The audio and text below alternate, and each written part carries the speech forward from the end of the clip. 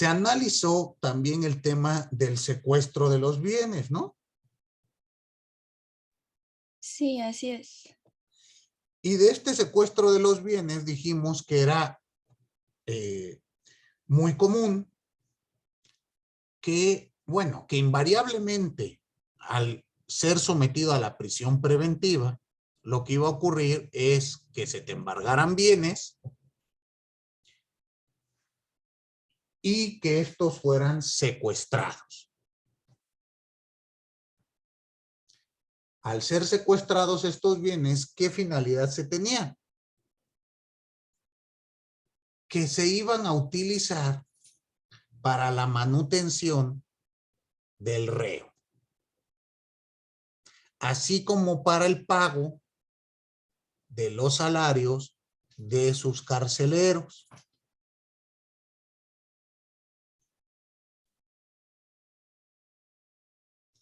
¿Qué quiere decir esto? ¿Recuerdan ustedes que en la cárcel pública y en las cárceles medias estaba permitido que los familiares del reo le llevaran sus alimentos? Incluso tener contacto con el exterior.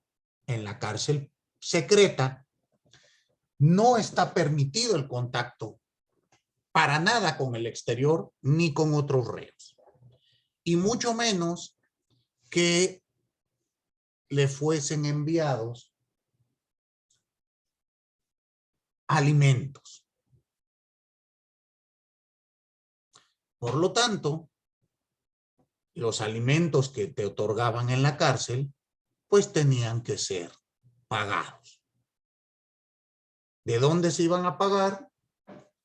Pues de los bienes que te habían sido secuestrados. ¿Queda claro esto? Estos bienes embargados y secuestrados se vendían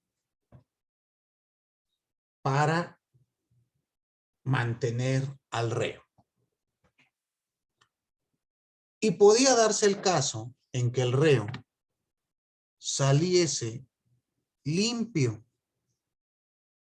de cargos, es decir, saliese absuelto. Y se daba ocasiones en que el reo pedía, pues, ¿qué pasó con mis bienes embargados, no? Ante ello, el tribunal realizaba la cuenta de lo que costó tenerlo encarcelado. Obviamente eran cuentas muy abultadas. Y de tal modo que en muchas ocasiones el tribunal le decía, ¿qué vienes a pedir? Si hasta me debes. Yo que tú, mejor ya me iba así. Porque si no te vuelvo a meter al calabozo hasta que me pagues.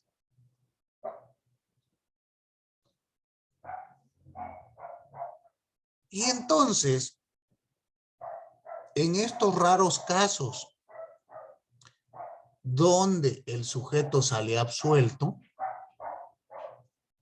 libre de culpa, normalmente quedaba reducido a la pobreza extrema. De tal modo que vean ustedes que en este tipo de procedimiento, pues hasta ganando pierdes. Y les comentaba la clase anterior, no hemos cambiado mucho. Hoy en día, ustedes conocen personas que han estado en un centro de reinserción social y que a veces cuando se reincorporan a la sociedad están en una absoluta pobreza. ¿Sí lo han notado? ¿Sí conocen a personas que han estado en, vamos a llamarle en la cárcel? ¿o no? Sí, sí, profe. Sí lo ha visto, Sandra. Y hay ocasiones, no es infrecuente encontrar personas que salieron absueltas y aún así quedaron desamparadas.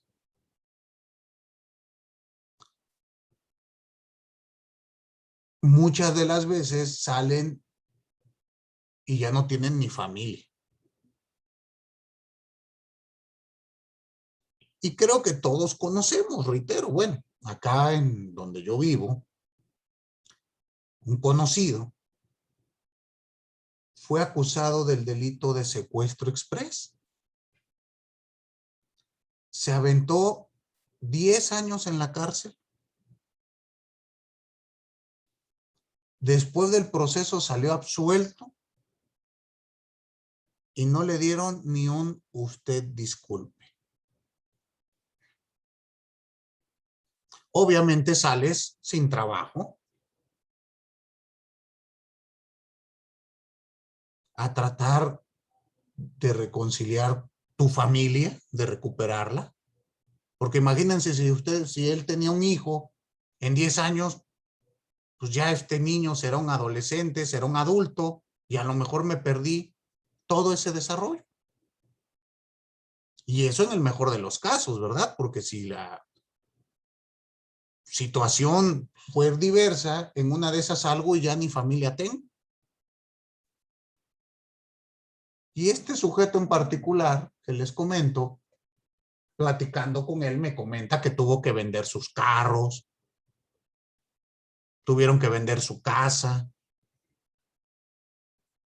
para estarle pagando a los abogados. Aquí no te lo cobra la institución como tal.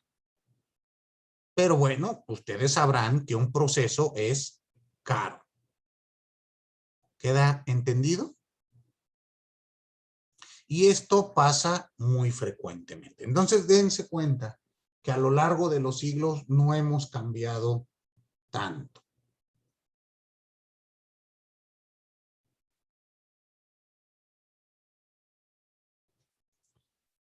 Ahora bien, pasemos a la siguiente etapa de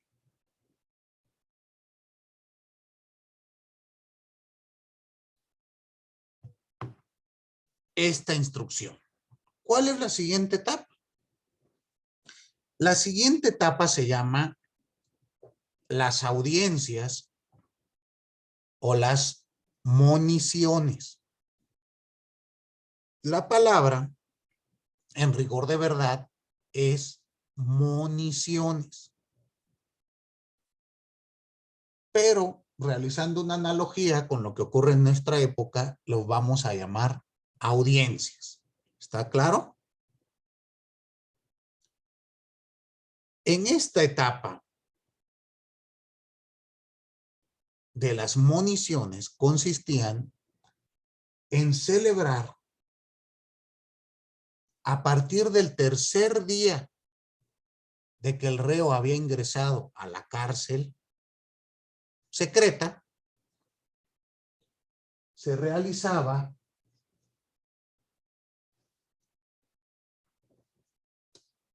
el inicio de las moniciones. ¿Qué iban a hacer estas moniciones? Audiencias, 3 audiencias, en donde se le iba a interrogar al reo.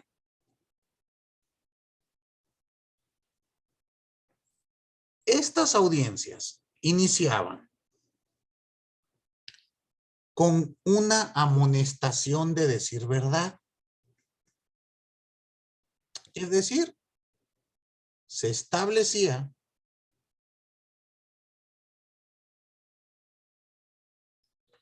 que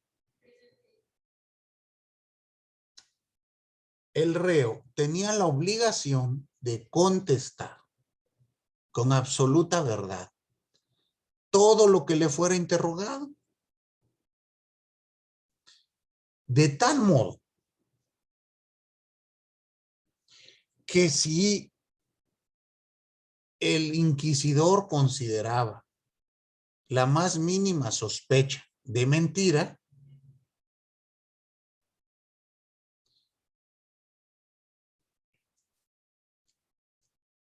iba a ser sancionado con mayor severidad. ¿Queda claro? Entonces, respecto de qué se le interrogaba. En primer lugar, respecto de sus generales. ¿Quién eres? En estas audiencias siempre estaba presente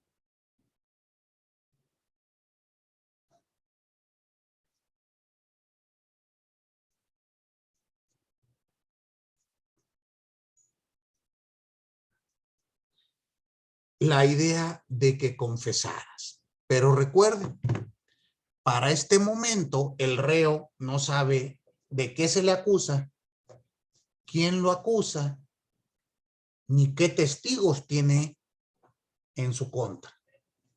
¿Sí se acuerdan de esas características, no? Entonces, el interrogatorio consiste en decirte, confiesa. ¿Pero qué quieres que confiese? Tú confiesa. Cuando llegues a lo que me interesa, ahí te digo. Entonces tú confiesa todos tus pecados. Muy bien. Posteriormente a este primer interrogatorio, bueno, en la misma audiencia, se le va a cuestionar respecto de sus parientes, su genealogía,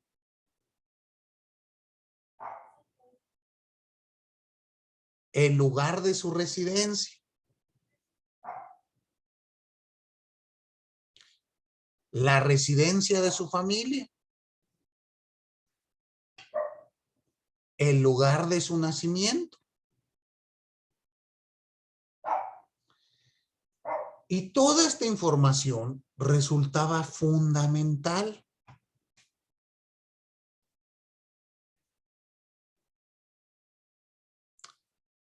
Porque con ella se pretendía averiguar la pureza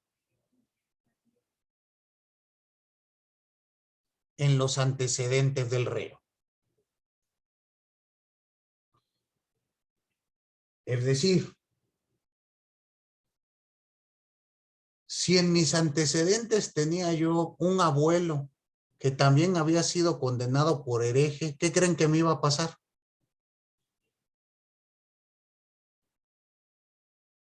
¿Se juzgaría de la misma manera?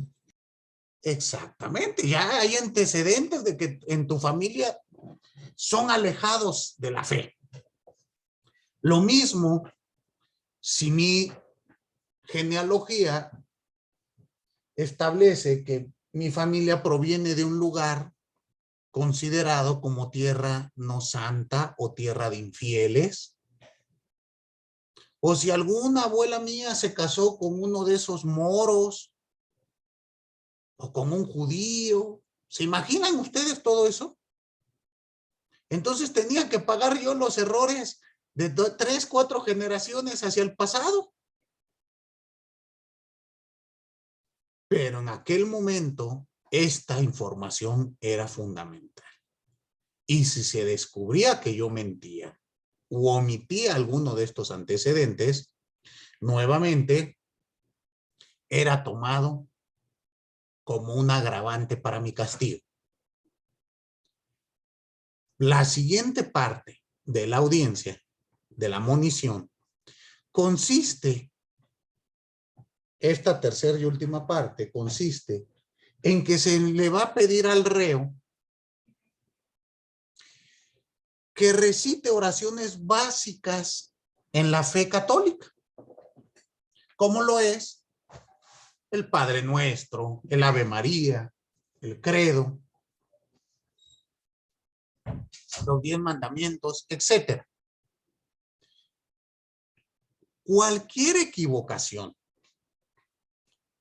u olvido al recitar las oraciones, aumentaba la presunción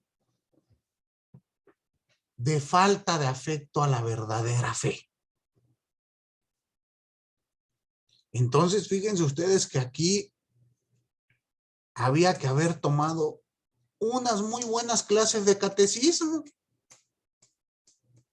porque con tantito que se me olvidara algo, una oración, aumentaba la presunción de que yo era un hereje. ¿Queda claro? Entonces, fíjense ustedes que estas municiones eran, pues, un procedimiento difícil de sobrellevar. Posterior a estas tres audiencias, que reitero, podían durar muchas horas. Recuérdenme, por favor, ¿alguno de ustedes vio la película Aquelarre que les recomendé? ¿Usted la vio, María Fernanda?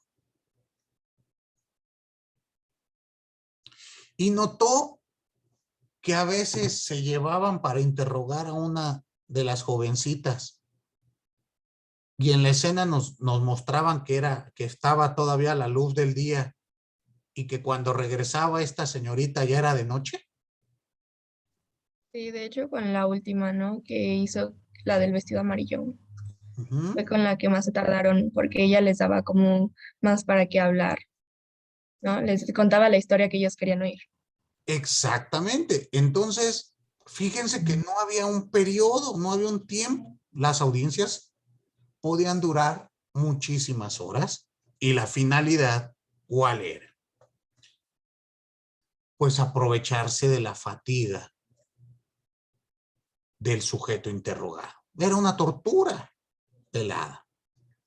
¿Por qué? Porque te tienen sin comer, sin dormir, padeciendo frío. Y te someten a interrogatorios de 8 horas, pues llega el momento en que el cansancio te hace contestar cualquier situación, ¿no creen?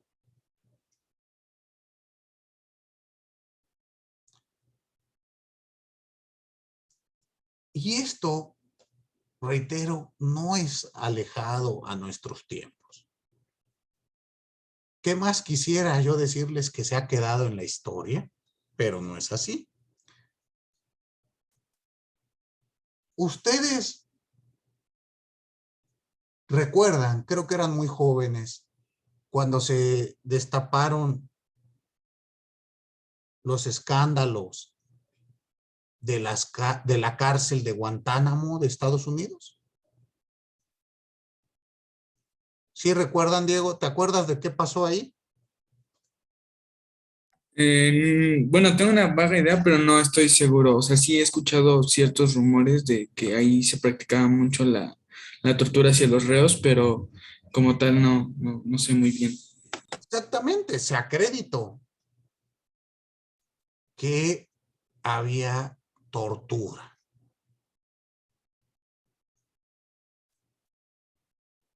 Y parte de esta tortura es precisamente no dejarlos dormir, ponerlos en posiciones incómodas, estaban sometidos a castigo auditivo, es decir, les ponían música estridente 24 horas al día, a alto volumen, con luces como de antro. Ya ven que están las luces. Bueno, después de estar sometido a un estrés, pues esto puede ocasionar hasta convulsiones. Y esto que les platico es año 2017, o sea, no estamos hablando de la Edad Media. Al respecto, hay una película que les puede, que les puede gustar, que habla de esto. Déjenme nada más recordar el título.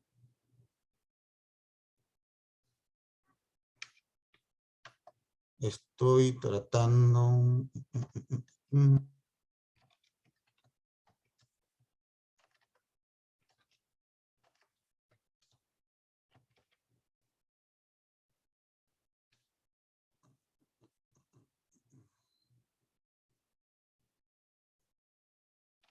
En español le pusieron presunto culpable.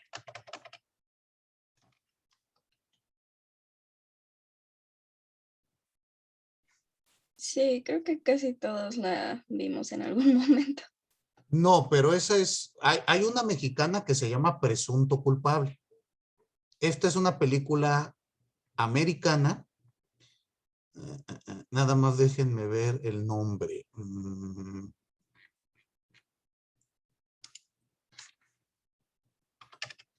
Déjenme ver.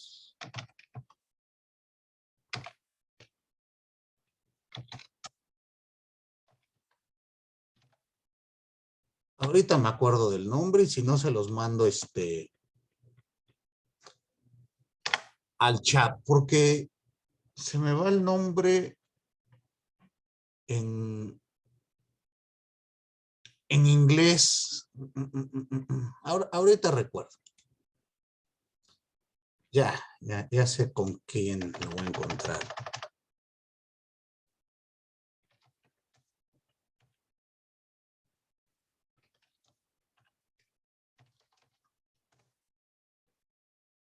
Se llama El Mauritano. La película en inglés es El Mauritano. Esta película habla precisamente de que meten a la cárcel a un primo de Osama Bin Laden. Es sometido a prisión preventiva 10 años sin que fuera siquiera acusado de algún delito.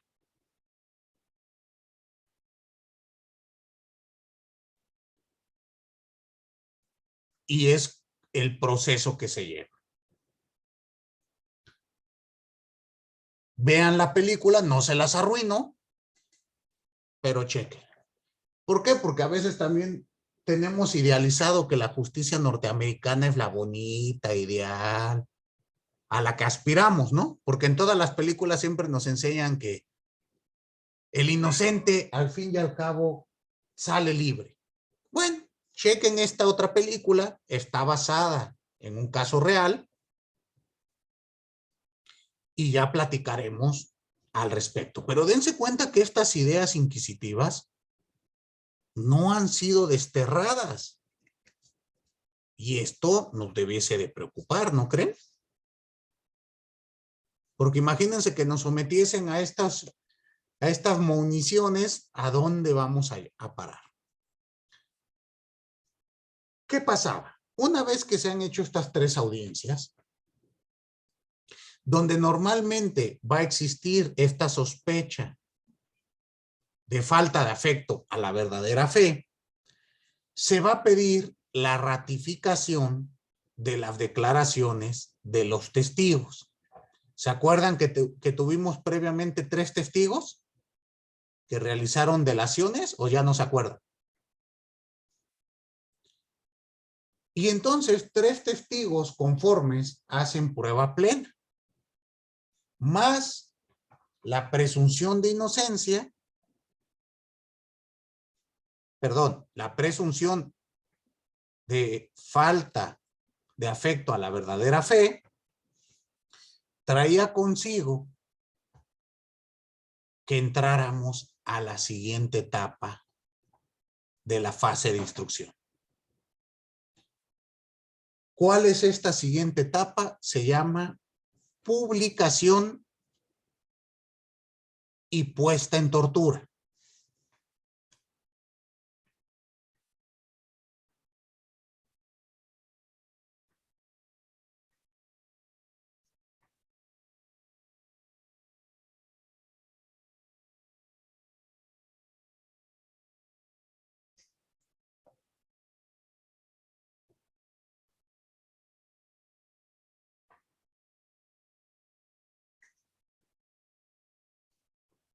esta etapa, ¿cómo iba a iniciar?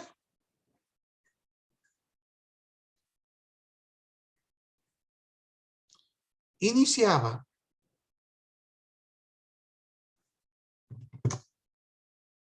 cuando el fiscal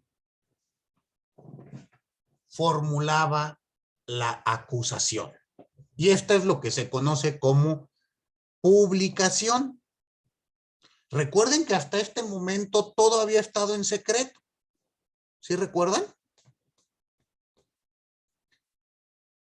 La publicación consiste en que se iba a presentar por escrito un documento que se llama acusación,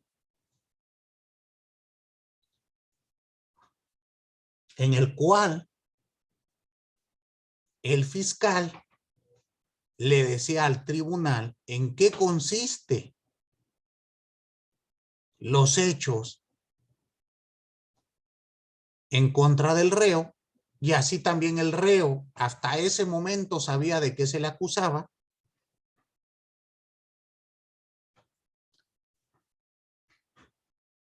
Y venían los cargos formulados. Entonces, esta es la etapa de acusación. Aquí tenemos una publicación. Hasta este momento vamos a saber. En esta acusación siempre se exponía si el reo había sido bautizado y confirmado.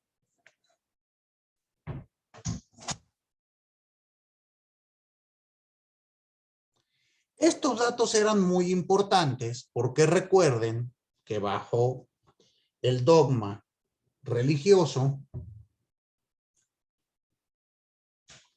si una persona no estaba bautizada, pues no pertenece al seno de la iglesia. Y si no ha confirmado su fe, pues todos estos detallitos nos pueden llevar a establecer el desprecio al temor de la justicia de Dios o el desprecio a la religión. ¿Queda claro? Entonces estos datos eran muy importantes. Ustedes imaginarán que cualquier sospecha de desprecio hacia la religión traerá como consecuencia una condena. Entonces, bueno, se tenía que hablar de ello. En la acusación, el fiscal establecía que se dan por probados plenamente los hechos que indicaban.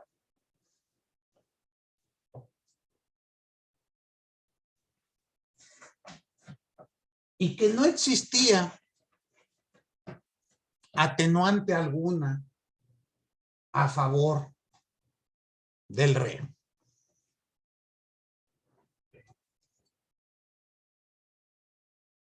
Y por lo tanto, el fiscal siempre terminaba su acusación solicitando se considere al reo culpable.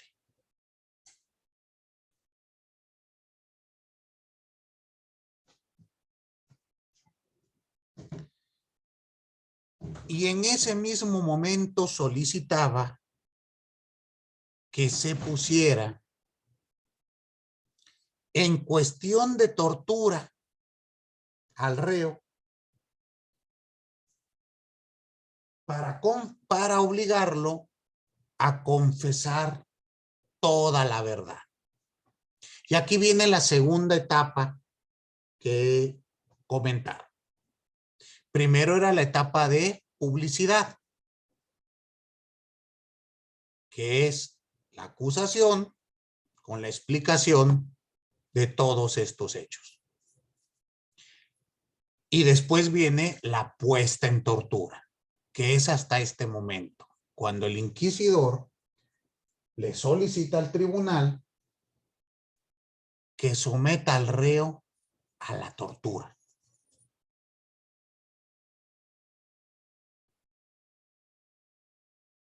Y por lo tanto, es en este momento que inicia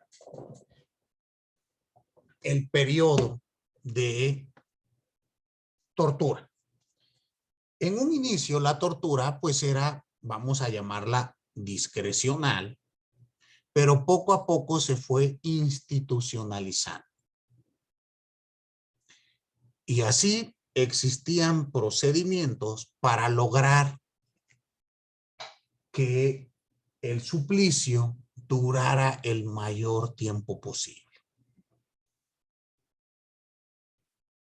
De tal forma que los instrumentos estaban diseñados, uno, para evitar la muerte,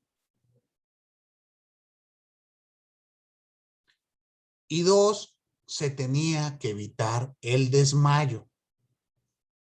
De tal modo que si el sujeto torturado se desmayaba a medio interrogatorio, tenían que reiniciar. ¿Queda claro? Poco a poco se fue instituyendo que el instrumento para realizar estas torturas iba a ser el potro. ¿Ubican ustedes cuál es el potro de tortura? ¿Se ubican? A ver, Emilio. Sí, profe. ¿Cuál será el potro? Descríbelo. Me parece que es una tipo madera en esta forma, en la que ponían al reo o al torturado, en este caso con los genitales expuestos. Y no sé si era puesto en esa tipo de madera, pues en esta posición, para que pues estuviera lastimado. No sé si es ese. Ok, bueno, ese era un instrumento de tortura, pero no es el potro. El potro es, déjenme buscar una imagen.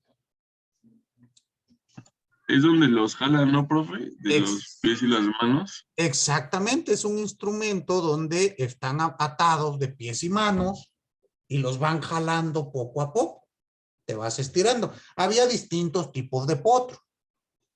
Había potros, hagan de cuenta, como una cama. Había otros que eran como una rueda. Había otros que eran en escalera. Pero son instrumentos que pues con cada medio giro que le dan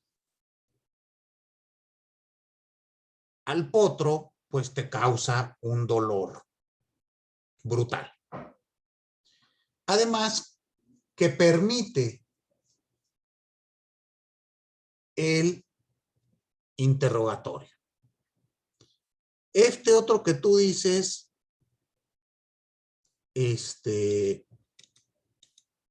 Emilio, también fue un instrumento, pero me parece que ese ya no era instrumento de tortura, sino ya era instrumento de pena capital.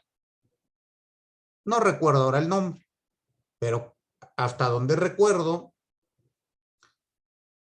en ese instrumento era pues ya para morir. Hasta donde recuerdo. Habría que rectificar. Pero en este caso, no nos interesa matarlo, ¿están de acuerdo? Nos interesa la tortura. ¿Cuál es la finalidad de la tortura? Obtener una confesión.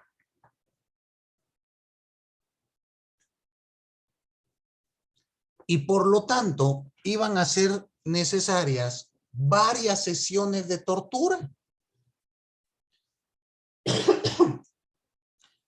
Si ocurría que en la tortura, al momento de estar siendo torturado, realizaba una confesión, la misma tenía que ser ratificada al día siguiente por el reo.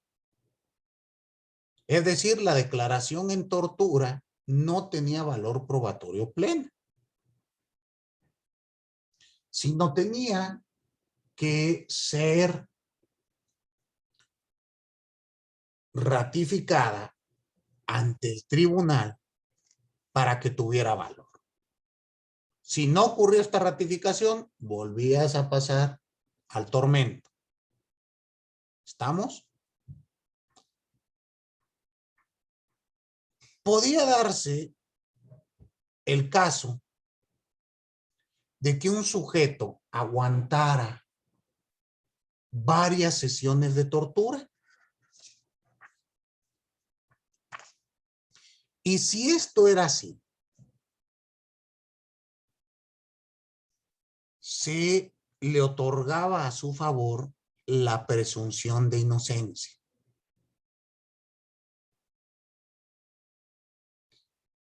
Y esta presunción de inocencia generalmente llevaba a una sentencia absolutoria. Pero habría o se tenía que aguantar el castigo. ¿Estamos? Entonces dense cuenta ustedes que este periodo da origen a lo que se le conoce como un periodo de prueba bárbara o prueba diabólica. Fernanda, María Fernanda, usted que vio la película, ¿recuerda en la película un ejemplo de esto que estoy señalando? ¿De esta puesta en tortura? Sí, de hecho, cuando le dice que dónde se encontraba la marca del diablo, me parece, con una aguja le ponían, bueno, se la metían, se la encajaban en la piel y en donde no sintieran dolor o donde no vieran que estaba sufriendo, se supone que ahí sería la marca del diablo. Pero pues la chica empieza a cantar como para amenizar ese dolor y pues que no la sigan torturando, pero sí. Exacto. ¿Por qué se le conocía como prueba diabólica o prueba bárbara? Pues porque cualquiera de los resultados me perjudicaba.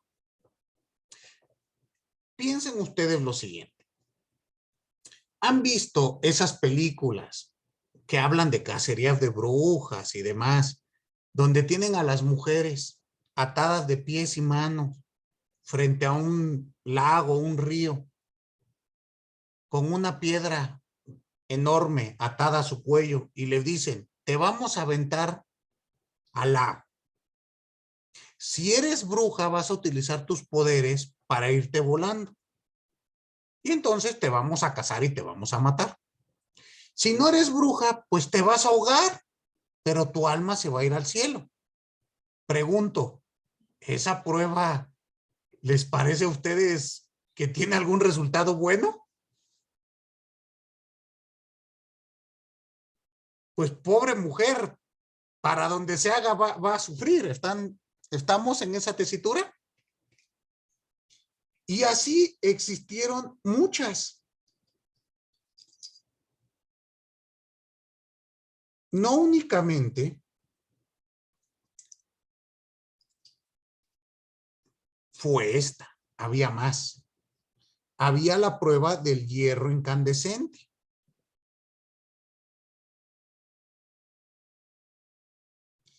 Que consistía en poner a calentar una barra de fierro hasta estar al rojo vivo. Y el reo tenía que tomarla con ambas manos.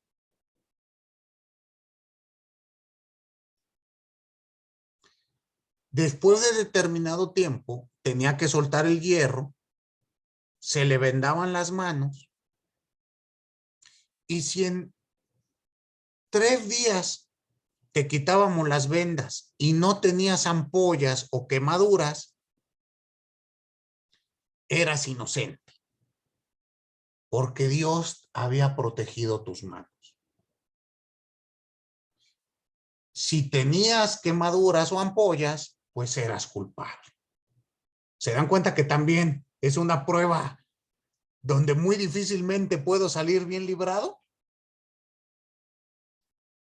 Y esta otra que platica María Fernanda, que se representa en la película, tiene que ver precisamente con buscar la marca del diablo. La marca del diablo podía ser un lunar, una mancha o una cicatriz en la piel o en el cuerpo, en este caso de la mujer. Y dicen que generalmente se esconde en el cabello. Por lo tanto, lo primero que hacían era rapar a la presunta bruja para estar buscando esa marca. Y lo que nos platicaba María Fernanda, con una aguja va a ser enterrada en tu piel bajo la idea que la marca del demonio ocasiona insensibilidad. Entonces, en el lugar donde te entierre la aguja, no te va a doler. Y así te voy a estar enterrando la aguja en todo el cuerpo. ¿Se imaginan ustedes el dolor? Y en la película, si mal no recuerdo, María Fernanda, quien está realizando el procedimiento dice, puede estar en la cabeza, por eso la rapan, o en los genitales. Entonces imagínense ustedes que te claven una aguja en los genitales.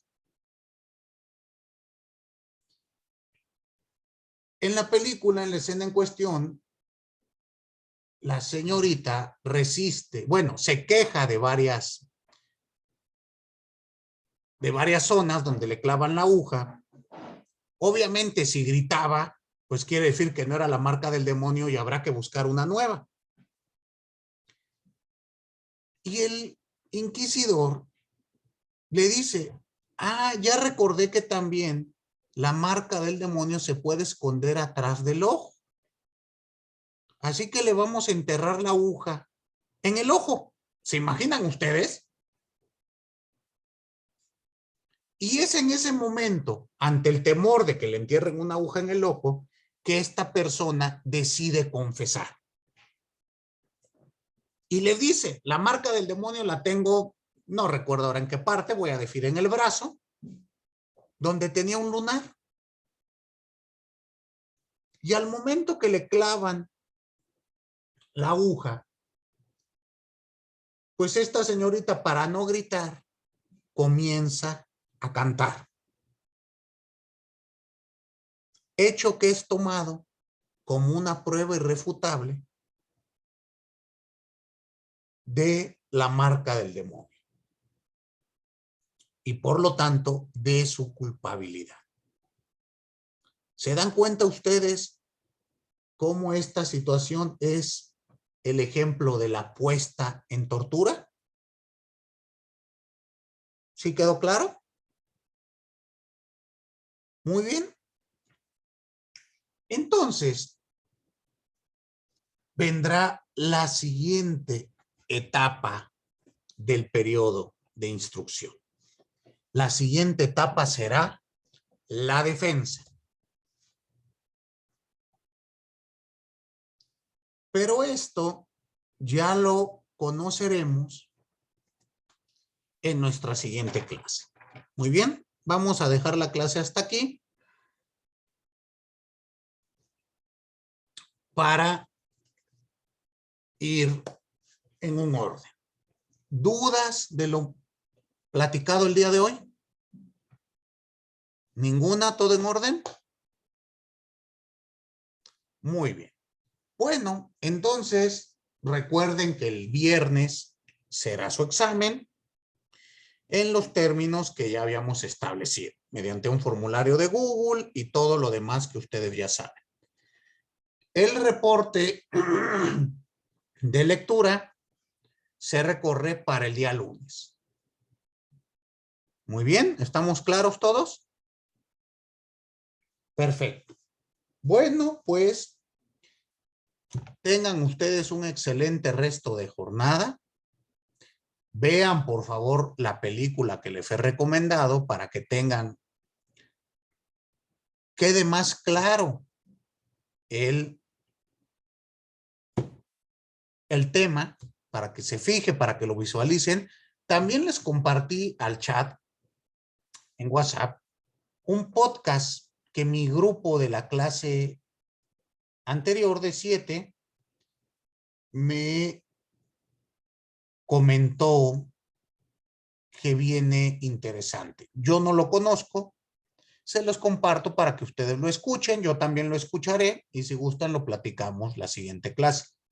Es un podcast que se llama Leyendas Legendarias, me imagino que varios lo conocen, y el tema es Las Brujas de Salem, que habla también de lo que estamos platicando. Entonces, chéquenlo para que ustedes vayan viendo. Ahora, Brujas de Salem, recuerden que habla de un proceso inquisitivo, pero anglosajón.